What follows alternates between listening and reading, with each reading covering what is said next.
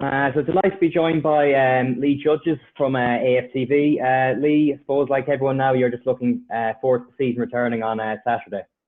Yeah, yes. I'm going to say I am really, but it's can't come around so quick, innit? It's so unusual. But yeah, I'm starting to feel it a little bit now. I wish Arsenal would make a couple more signings in midfield, but I'm not going to be too fussy. I think at the moment we've done okay on the transfer market. So look, listen, from an Arsenal point of view,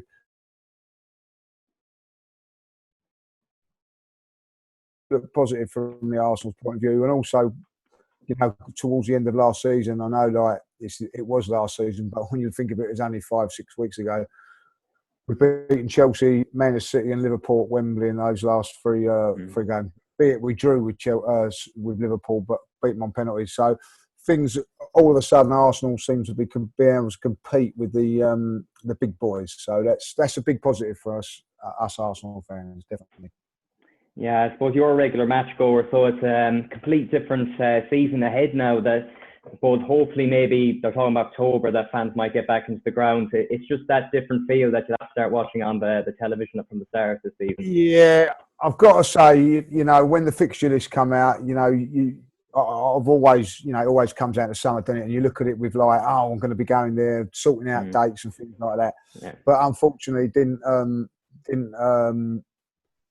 have that excitement of like, it was like, oh, I'm going to miss out on Spurs again away from home. I'm going to miss out on this one. We're not going to be able to go to Manchester, blah, blah, blah, blah, blah.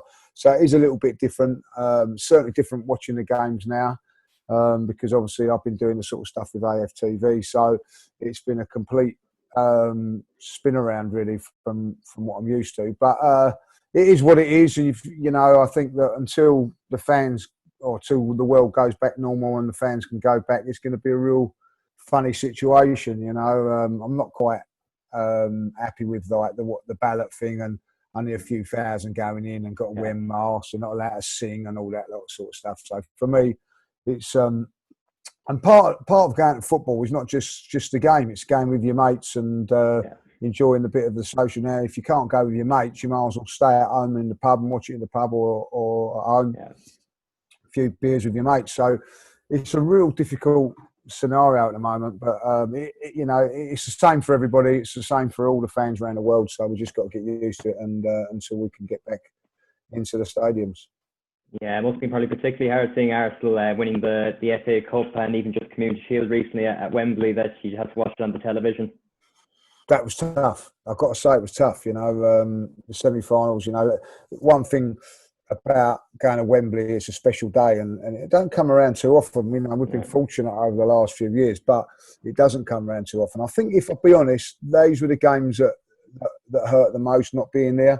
Not so much at the Emirates.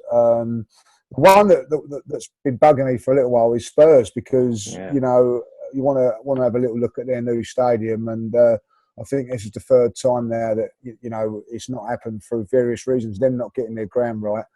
And of course, last season, and also we was meant to be going to the AJ fight, which got called off as well. So, and of course, I think this season, I'm not sure, it's around about December time, but I've been told whether it's going to happen or not, that away fans probably won't be going back at all this season, whatever happens. So it'll probably be another painful day. But yeah, the Wembley ones hit home. Particularly when we won it. We always down the Box Park at Wembley, which was great atmosphere in there. But when you've won a final or won a game at Wembley, there's nothing better than being there and soaking in the atmosphere. And it's very, very difficult to get away from Wembley. But when you've won, it doesn't seem to matter. Like, you just enjoy it. But yeah, all the things that go with that. Meeting up with the fans in the pubs before the final or the Wembley occasion, whether it be semi-final or Community Shield, was always it's been a big loss. It's been a big disappointment. But I think if he's going to win it, that we had to win it that way, and if it meant not being there, as long as Arsenal won it, it didn't matter. So that was the key, really. Yeah, in terms of the new season, obviously it's Mikel Arteta's first full season in charge. How big of a job is it actually? Because maybe in a way, winning the FA Cup might just go away from the problems that people might have thought from before. How big is the job at hand? Oh, massive still. I don't think you can kid yourself as well as what we've done in the FA Cup and a few league games, by beating Liverpool, etc. And that, we still lost to Brighton away. We still lost to Tottenham after dominating large parts of that game, but couldn't break them down. So you look at those situations and you think, right, okay, where's it changed? Well, the midfield's not changed, So we need to look at the midfield. That our midfield, every one of them is still there. That got us to 8th in the league. Now, I'm not saying it's all down to the midfield, but when you've got strikers like Aubameyang, Lacazette, Pepe in the side, there's creativity there, there's goals there. We've got Willian to that now. It's not, a forward is only as good as you supply, or his service, as they say. So if they're not, they're getting. I felt a lot of crumbs last season where they're not, getting the service that, say, like teams like Liverpool or Man City get. So we need to improve on that. And I look at that, and we've not done that. Listen, Dennis Ceballos coming back is a massive, massive plus, because after we went into lockdown, I honestly feel, and I'm not being biased when I'm saying this as an Arsenal player, I think he was the best midfield player in the league, let alone Arsenal, from those sort of 12 games onwards. So if he can keep that form going, that's fantastic. But we need to bring in a couple of players in midfield, and if that means getting, when we're in the scenario of getting rid of a few, so it's still a very, very tough job that Mikel Arteta's got there. I also think that with the likes of Gabriel and Saliba coming in, they're going to improve us like long term. But unfortunately, right here and right now, I think it's going to take him a little bit of time to bed in, so that's going to be difficult. I think already Mikel Arteta is sort of holding off on Rob Holding now. Yeah. That tells you a lot. That there's a few problems still to be there. I think that in the long term, things will be great for us. But at this moment in time, I still think that it's a very, very difficult job, and I think there's going to be ups and downs to this season unless like the deals can be sorted out. If Arsenal get the players in that they're talking about, and we all know they are from the midfield, and then with that back four, all of a sudden Arsenal's spine looks very, very strong. And then I'm not saying that they can go on and win the league, but they could certainly be up there challenging and give us a very, very good chance of getting top four. Because at this moment in time, if the season starts now and say that the transfer window was over come Saturday when the season starts, we're going to be nowhere near in the shake-up for top four, let alone the title, because the four teams that are there are over the hill and at this moment far away. So we've got to get up to that hill somewhere, and by doing that, we've got to get the players in. And at this moment in time, we've not. And you have a look at my biggest problem, and this is not a criticism of anything going on with our transfer window at the moment, but I keep hearing, Arsenal have got to sell players to be able to raise funds. Okay, that's fair enough, but that doesn't seem to be the same scenario with Everton, Wolves, who are making signings about selling players. So I don't buy into that. I think that Arsenal will have to get rid of players because they've got, I think, 33 on the road, so they've got to get it down. I'll get that, but get the players in you want, and then if you have to ship the players out, you have to. And if we have to make a hit on them, so be it. I don't like to see when you're hearing like, Mesut Ozil and Guendouzi now. I'm a big fan of Guendouzi, by the way. Are going to come back into the squad because nobody wants them, and now it's all right for them to come back in. But these are players that Mikel Arteta doesn't want, and now they're stopping the Mikel Arteta getting the players that he wants in.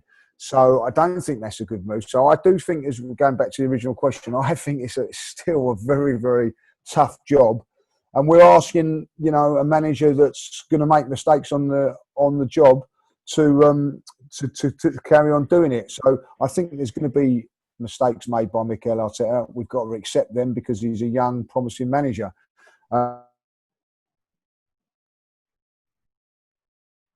That's why I feel that we're going to come short this season. But if Mikel Arteta is given the right tools, the right players, I really do think Arsenal could be onto something good. Yeah, do you think maybe he's even looking at outgoings being just as important as incomings, that just get that culture change he's trying to deal with? Maybe the likes of Kolasinac, Socrates, as I said, to just get stamp his style on this team even more. Very much so. What I think with Mikel Arteta, what I think you're seeing is that he likes hungry young players that are willing to do the yards. You know, to work hard. Work hard is a given. You know, but giving it 100%, making themselves very, very hard to beat. Now, that's not a criticism of the likes of Mesut Ozil by any stretch of the imagination. Ozil's a terrific footballer. Let's not get away from the fact of that. But he's not going to run down 50 yards back, across, sideways to shut down players. You know, and if you have a look at Arsenal's front three at this moment in time, Lacazette, for instance, I think puts in a shift which possibly stops him doing the things that he probably needs to do to be a top player. Like, you know, obviously he's working so hard that when it comes to getting chances and getting on the end of things, he's a little bit too tired because he's doing the work for the team rather than himself. And I think that's something that Mikel Arteta is instilling into the players. It's all about the team. And I think that's the right way to go. And I think with young enthusiastic players that are willing to go that mile with Mikel Arteta, and he's getting them in young and starting to, you know, to develop them and go his way, I think it's great. I do think with Mikel Arteta, and I think this is one worry about me, is his man management, because of how to deal with big time players, blah, blah, blah.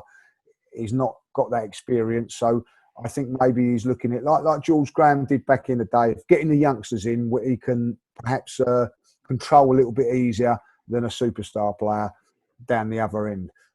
In saying that, you still need those players like Aubameyang to sign, but he's been a fantastic example to the younger players. So you've got to get that right mix of balance in there, and I think Mikel Arteta is going to do that. But as I say, I still feel he's going to make lots of mistakes along the way. Yeah, I mean, even if he had the characters like Arsene Wenger had when he came in, you know, your Tony Adams, I don't think Arteta has that. If you look around the squad, I mean, Jack is becoming more of a leader now. Since he's come in, Aubameyang, maybe David Luiz, like there's not too many really.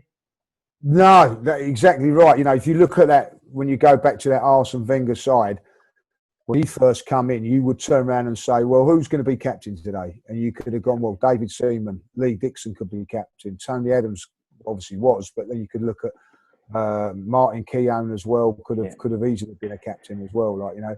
And then you're thinking to yourself, well, there's 4 or 5 there. Nigel Winterburn could have been a captain. Then you go into the midfield, you had Ray Parlour, Emmanuel Petit when he first came into it there. Patrick Vieira was only a youngster. But Ian Wright had captain Arsenal, Dennis Bergkamp had captain Arsenal. I could go on, you know, like, you know. And then you look at the younger players that were coming through. I think that, you know, Patrick Vieira went on and captain Arsenal in England. And then you have a look at Ashley Cole, was another youngster coming through. With, you know, went on to have a fantastic career. You could actually say he was a leader. Didn't lead Chelsea as much because they had John Terry, but he was probably a leader in the dressing room. Yeah. So even the youngsters were leaders or potential leaders going forward. So I would imagine from Arsene Wenger's point of view, that was easier to manage that side of thing, because if we'd be honest, they were probably managing the dressing room for him to a certain degree. Now, you look at Arsenal now, under Mikel Arteta, right, who will be a captain, or we're struggling after 1 or 2. David Luiz, yeah, he's got his leadership qualities, but he's got his faults. Yeah. Not a nailed-on leader. Xhaka has had his problems, who I think, to be honest, has turned it around, been fantastic. Aubameyang leads by example, but I wouldn't say he's a proper captain in the way you're looking at Vieira, Tony Adams type, Roy Keane. So, you know, and then, right, we'll lose the next one after them 3. And then you're scratching your head now thinking, well, who could it be?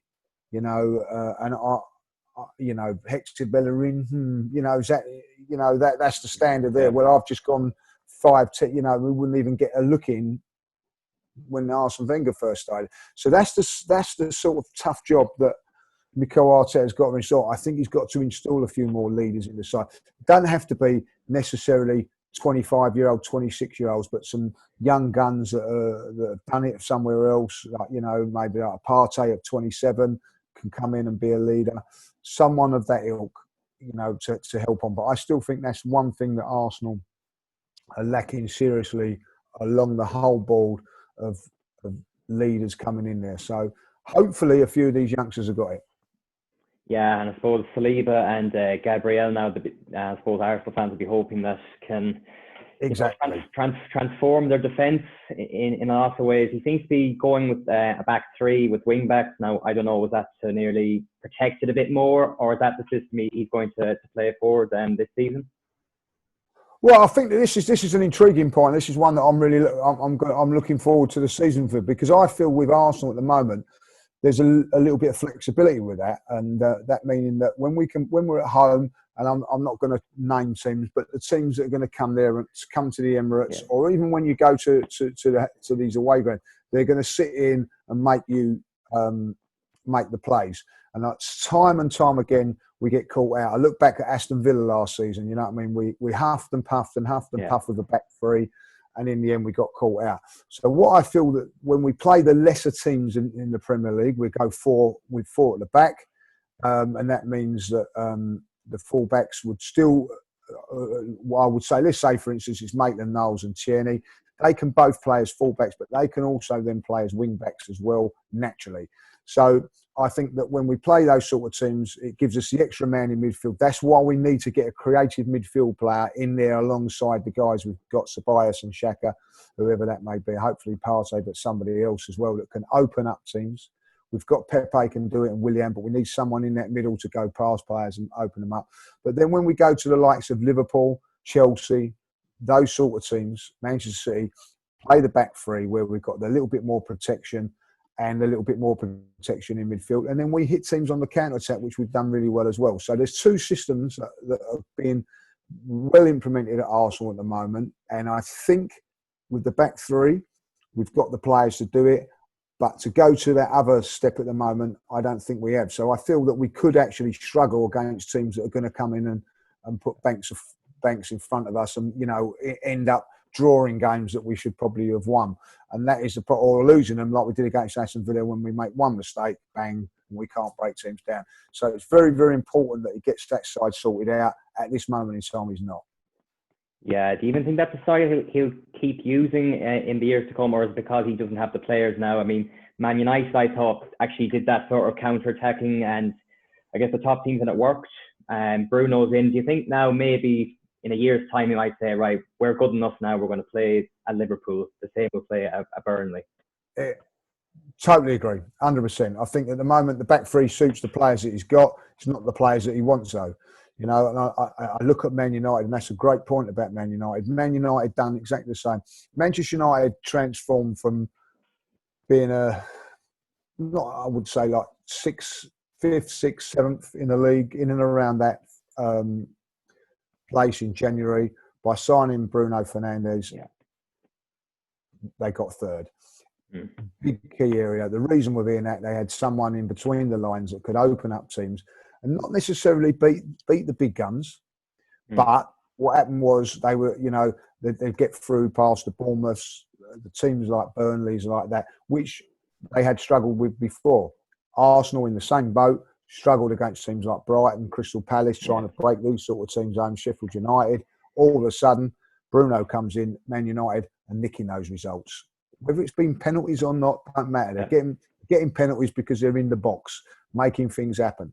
Arsenal have got, if you look at that and they go on and they beat, say if they beat Brighton at home, they beat Sheffield United at home, they beat Wolves at home, they beat so-and-so at home, all of a sudden 2, 4, 6, 8, 10 points, add that onto what you got now, Champions League place is up for grabs. So that's how important somebody like that is in that little position, like Fernandes has done for Man United. And that is something that we need at Arsenal to just do what they've just transform things a little bit, just make you a little bit more solid as a unit there at the back, but also then when you can just open things up. And whether it be a penalty or whether it be a free kick, it doesn't matter as long as you get the job done.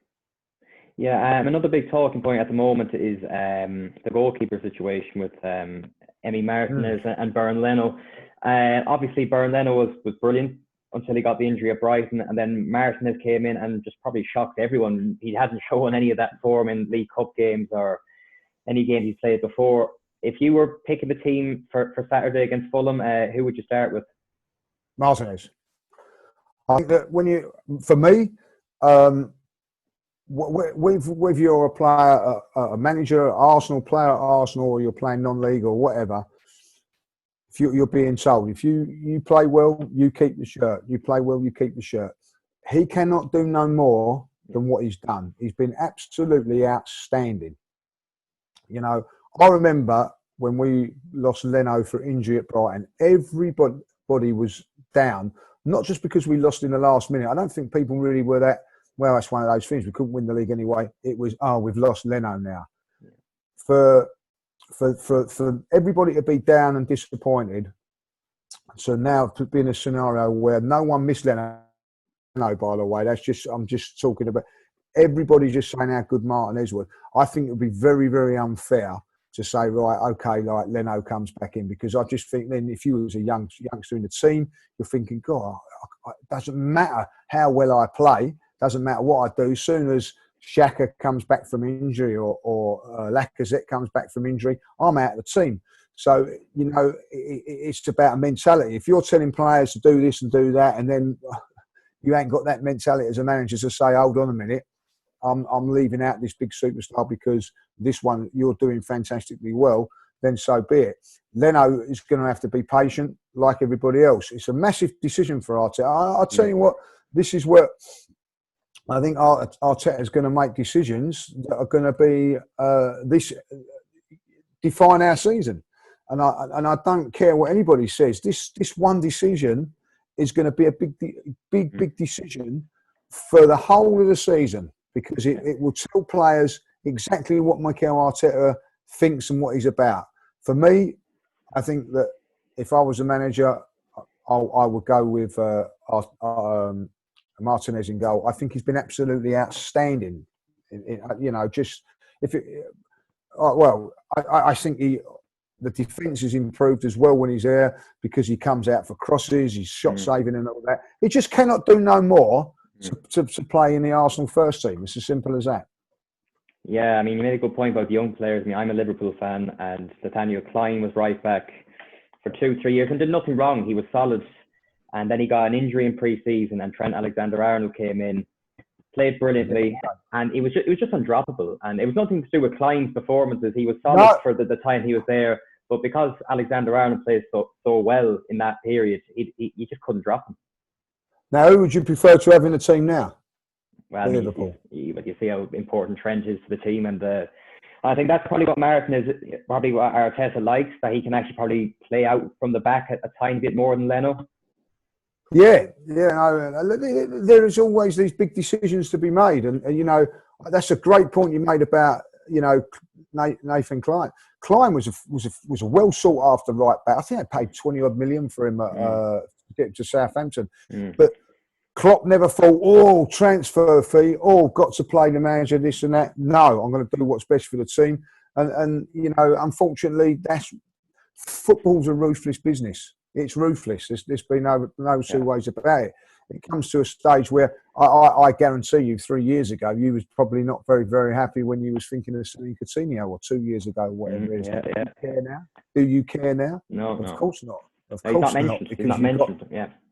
He's not mentioned because you signed the players that you needed. Now, from Arsenal's point of view, we've got to do the same. We need, you know, we're in a position where we need 2 midfield players, and we've got Lacazette, who, you know, maybe can play, maybe not. That's the sort of decisions that the club's got to make, and whatever it be, make that decision. Now, it could be the right decision if we sell Lacazette and bring in those 2 midfield players. Arsenal could be a different ball game, and one for Liverpool to worry about. As it were,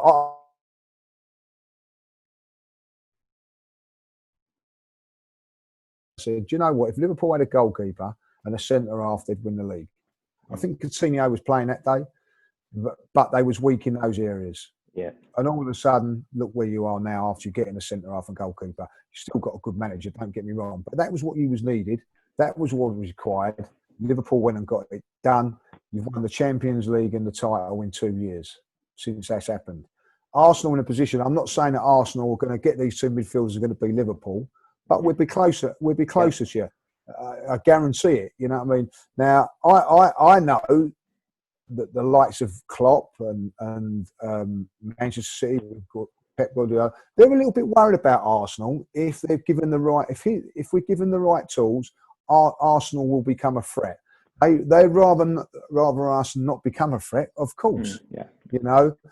Now also with Liverpool and Manchester City, they've been battling it out them two selves now.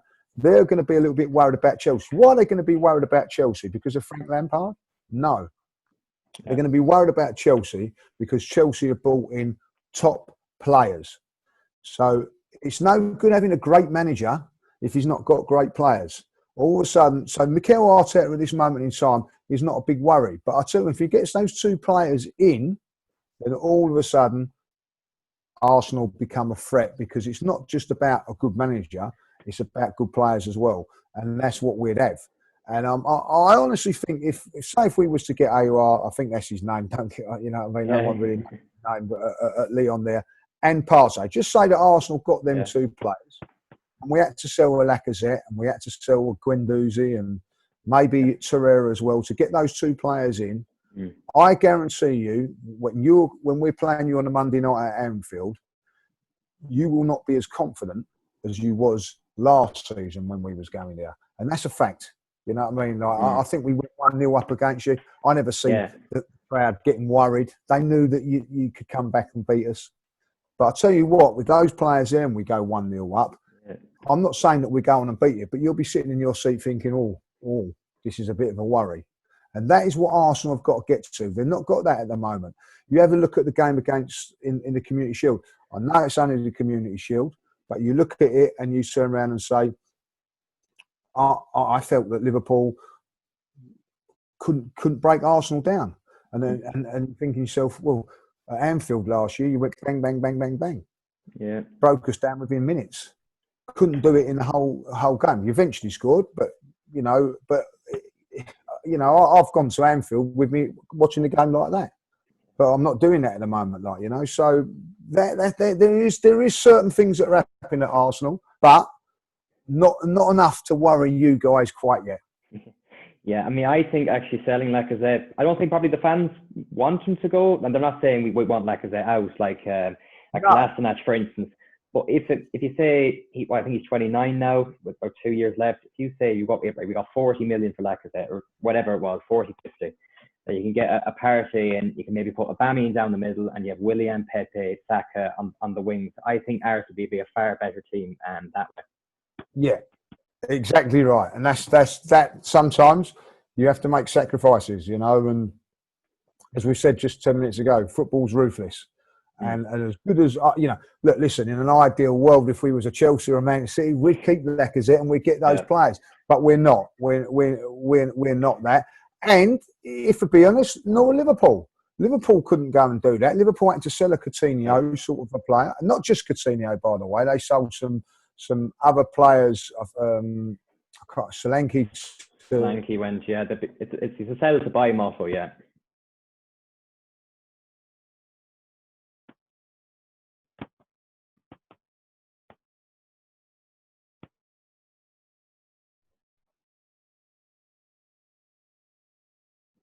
Follow suit. So I suppose lastly on Arsenal, what's the ambition this year? Is it top four and maybe get another cup? Yeah, top four and Europa League. You know, I mean, win the Europa League, that gets us into the Champions League. But I think that that's the key for us to get top four via the league. Then we can go into the to the Europa League, thinking that we're in the top four. And so the pressure's slightly off, you know. So that's what I think that our plans need to be. Yeah, and then I mean the other clubs. Obviously, you mentioned Chelsea. I mean, they seem to be buying a player every week at this stage. I mean, is the pressure now really on Frank Lampard? Has it all maybe come too soon? That maybe if he got a Werner and maybe one other, he said, right, top four is okay. The fact he's got 6 or 7 in all at once, is it now suddenly from top four, we'll be happy to title straight away now? 100%. At this moment in time, you look at Chelsea. You know, if they don't win a game, you know, they don't blame Frank Lampard, do they? They look at it and go, "Oh, he's not quite got the players," or whatever like that. You know, so straight away the heat's off of him. put onto the board, or the lack of transfers. But then oh well, we haven't been able to buy no one, so like no pressure. All of a sudden, like Chelsea lose, say I don't know, to Burnley and to West Ham, say for instance, 2 games on the trot, lose to them two there. What are they going to do? Well, hold on a minute, we've got the players, it's got to be the manager. You know, so the pressure's going to go right onto Frank Lampard. Now, is he good enough to handle that? Hopefully not. You know what I mean? Let's put them into disarray. You know what I mean? So, but Frank Lampard will be saying to himself and his coaching staff, I've had one good year building myself a little reputation. We've built a foundation to move on. I think they've got to be taken very, very seriously this season, because he got tunes out of people like Mason Mount and Toby Abrahams. He got them playing. Couldn't do it all season because they're youngsters. But with them backing up the likes of Werner, as you said, and the guys that they're bringing in, they're going to be something. The one saving grace for the likes of Liverpool and Manchester City at this moment in time is that I don't think they've quite got it right at the back and quite right with their goalkeeper. But if they do, then you know, Chelsea will be there and thereabouts. And the one thing that Chelsea have got, which Arsenal haven't got, certainly Manchester City haven't got, and probably Liverpool to a certain degree, is a plan B when it comes to when people are blocking it out like we did in the semi-final. What can we do? Oh, we can go long and put in crosses like Manchester City had Dzeko a few seasons back. Yes. All of a sudden, Chelsea have got a certain Oliver Giroud that can come on and be a plan B. So where I think Manchester City, Arsenal, and Liverpool may struggle a little bit, Chelsea will have that plan B. So they're going to be a big worry, I think, next season. And yeah, I suppose then Manchester United finished third. They got Donny van de Beek in there last week to strengthen up the midfield. Talk of Jadon Sancho. I mean, do you see them really getting any closer to the top 2? Not at the moment. Not at the moment, because I think, if I'm going to be really honest with you, the reason that they don't is because of their manager. I think that we've seen Frank Lampard, you know, have no pressure. I think Ollie's had a lot of pressure put on him because of the players that he's got. You know what I mean? You go out and spend £80 million on a central defender. You've got £90 million on a central midfield player. They've got some young guns up front that I think are very, very impressive. But the fact is that when they played in semi-finals, particularly the FA Cup, I felt that he didn't get it right, you know, and handed the ascendancy to Chelsea. Chelsea going and win that game. So again, if Manchester United don't start well or don't go well, you've got Pochettino in the wings. I think that it wouldn't surprise me by Christmas that if things are not going quite as well as planned for Ollie, I think Pochettino will come in. I think that Pochettino was lined up way before all this went on at Tottenham and Man City, but obviously they couldn't get him. I believe that that's his favourite destination, and I think it is Man United's as well. But Ollie done very, very well, deserves a chance. I think that if he does continue to do well, they'll like it. He done fantastically well last season, but if he was to continue to go on that route, they'll go with him. Any little dodgy spell, I think that could be the end for him. Yeah, I don't see Man United in the same league as those three, as Liverpool, Man City and Chelsea, in my opinion. I think that they're the three that are going to challenge for the title this season. Manchester United coming in will be in the Champions League, challenging with the likes of Arsenal. But is that good enough for Man United? You know, that they've taken the mickey out of the Arsenal for years and years and years about getting fourth. Now, you know, like last season, it was all about getting fourth. But is that good enough for Man United? Yeah, well, I even think what Ollie and Frank Lampard have is that half their friends are working for the likes of Sky and BT. So almost like they're not going to get so much pressure put on them. Well, you'd never see Gary Neville call out Ollie, for instance. Well, no. You know, so they have that, and you know, the pressure's not going to be coming on as much from, say, the television companies. Whereas, you know, a Mourinho, if it goes bad at Tottenham, they'll be straight on him. Yeah, very much so. Yeah, that ain't a bad thing, though. No. And then, I mean, obviously, from a Liverpool point of view, brilliant last season. 99 points. It was great. I'm slightly worried that they've kind of took the stance now to stand still a bit and not invest, even just a one player, just to even keep the players hungry. I mean, Sir Alex Ferguson used to do it. I think he bought Tevez 1 year after winning the league, then Berbatov the year, just to add something else. Do you think it's a bad move to do that? Tough one. It's very tough. When you have to look at it from two points of view. When you're the best, when you've got the best team and best players, very hard to improve on. That's one thing. But if you're a very, very top player, for instance, say for instance, you know, I might be I don't know, I'm a great wide player. So I'm coming out. I'm available. Right. Where am I going to play, Jurgen, Mr. Klopp? Where am I going to play? Well, you're not going to play in front of Sane, and you're not going to play in front of Mo Salah. So basically, I'm a squad player. So, but Manchester United or Manchester City or Arsenal are offering me something different. So they're going to get that mindset of finding it harder to get players because of that reason, you know. So they have to probably look for a young, talented player that's coming through that's going to be prepared to be patient to wait a little while. So I think it's very, very difficult for Liverpool to do that.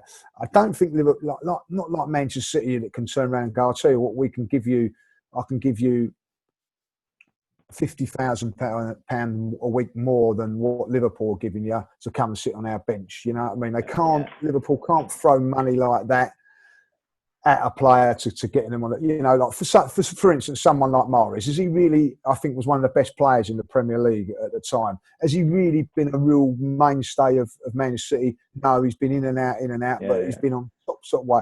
I don't think Arsenal, and I certainly don't think Liverpool can do that as well. So Liverpool got a very, very, very, very tough that way. Make no mistake, doesn't matter if Liverpool don't sign no one, they're still a very, very, very good outfit. You know, they might have to sell maybe the guy, the Dutch fella wants to go to Wijnaldum wants to go to Barcelona, 15 million. Okay, get that in, sign in someone like Thiago. You would then turn around and say, "Hey, hold on a minute, that's a slight improvement to what we've got." So that's the way I see that Liverpool are doing it. That, you know, they don't want to be selling Mane. They certainly don't want to be selling Salah.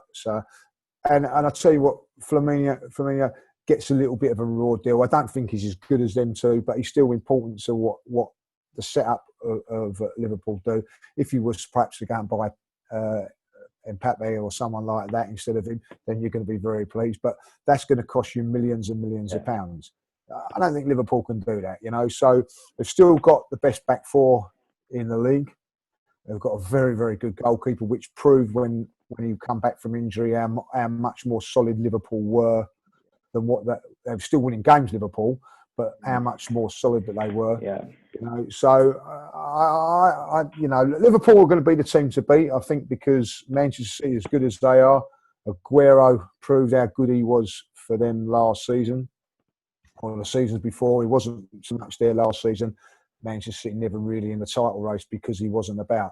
So it's still going to be between those two teams, but I still think Liverpool. You know, Liverpool over the last 2 seasons have been absolutely fantastic. To win the Champions League and then go on and win the league. And let's face it, they won it at ease. They won it with ease.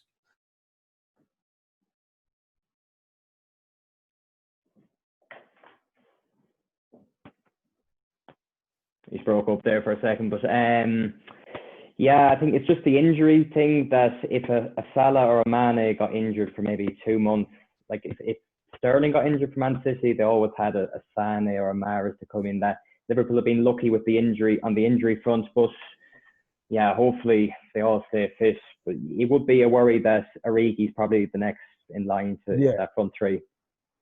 Yeah, but not everybody's going to have the squad of Man City. You know, that's a fact. You know, as you said, you know, even Manchester City struggled when Aguero was injured. You know, if Liverpool were to lose, you know, Van Dijk for a little while, I suppose, then problems will be there. But you know, football is luck as well. You know what I mean? There's a certain lot of luck goes with football, whether it be the run of the ball, injuries, as you said. You know what I mean? So those injuries will come, and you know, that's why Liverpool, when they was in the 80s and they were the best side, didn't always win it every season because there was times when they probably had a couple of key injuries and let somebody else win it. But, that's football. Liverpool are not going to win the league for the next 10 years on the trot, maybe because of like injuries or whatever. But it's Liverpool's time at the moment, and that's how I see it. I still think Liverpool are the team to beat next season. If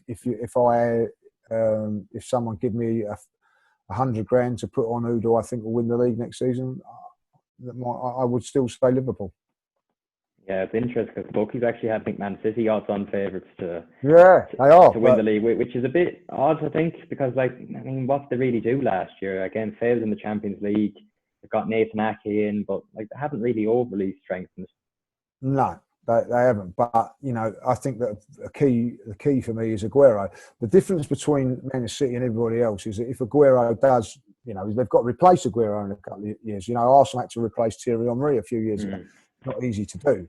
But Manchester City will find it a lot easier than the likes of Liverpool and Arsenal and so on, because they've got the money to go out and get that. So, I wouldn't be surprised if Mbappe ends up back there, or even Harry Kane in the next year or so.